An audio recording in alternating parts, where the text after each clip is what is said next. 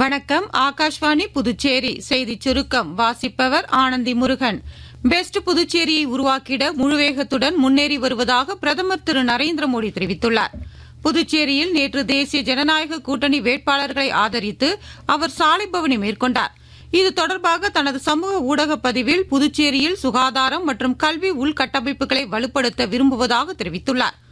புதுச்சேரியில் தேர்தல் பிரச்சாரம் மேற்கொள்ள அகில இந்திய காங்கிரஸ் தலைவர் திரு மல்லிகார்ஜுன கார்கே வரவுள்ளார். கிழக்கு கடற்கரை சாலையில் உள்ள நவீன மீன் அங்காடி அருகிலுள்ள மைதானத்தில் இன்று மாலை 3 மணிக்கு நடைபெறும் பொதுக்கூட்டத்தில் அவர் பங்கேற்க உள்ளார். தமிழக பாஜக முன்னாள் மாநில தலைவர் திரு அண்ணாமலை இன்று மாலை 10 கண்ணு சந்திப்பு, மந்தவெளி எம்ஜிஆர் சிலை, வில்லியனூர் தெற்கு கோபுர வாசல் உள்ளிட்ட 5 இடங்களில் பிரச்சாரம் மேற்கொள்ள உள்ளார். இதேபோல தமிழக வெற்றிக் கழக தலைவர் திரு விஜய் இன்று காலை Thattanchavadi market committee, Cuddalore road, Venkata Subba Reddiar சதுக்கம், தவளக்குப்பம் சந்திப்பு ஆகிய 3 இடங்களில் பிரச்சாரம் செய்கிறார்.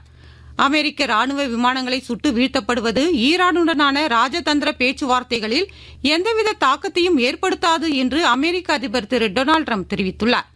சமூக ஊடகங்களில் இந்த சம்பவம் ஈரானுடனான பேச்சுவார்த்தைக்கு தடையாக அமையும் என்று வெளியான கருத்தை அவர் நிராகரித்துள்ளார். தமிழக சட்டமன்ற தேர்தலில் வேட்புமனு தாக்கல் வரும் திங்கட்கிழமையுடன் நிறைவடைகிறது. மனுக்கள் மீதான பரிசீலனை 7ஆம் தேதியன்று நடைபெறும். வேட்புமனுக்களை திரும்பப் பெறுவதற்கான கடைசி நாள் 9ஆம் தேதியாகும்.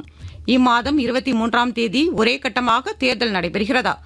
மங்கோலிய தலைநகர் உலன்படாவில் நடைபெற்று வரும் ஆசிய குத்துச்சண்டை சாம்பியன்ஷிப் போட்டியில் இந்தியாவின் நிகாத் சரீன், பிரியா, பிரீத்தி ஆகியோர் அரையிறுதிக்கு முன்னேறியுள்ளனர்.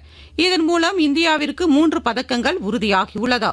இத்துடன் இந்த செய்திச் சுருக்கம் நிறைவு பெறுகிறது.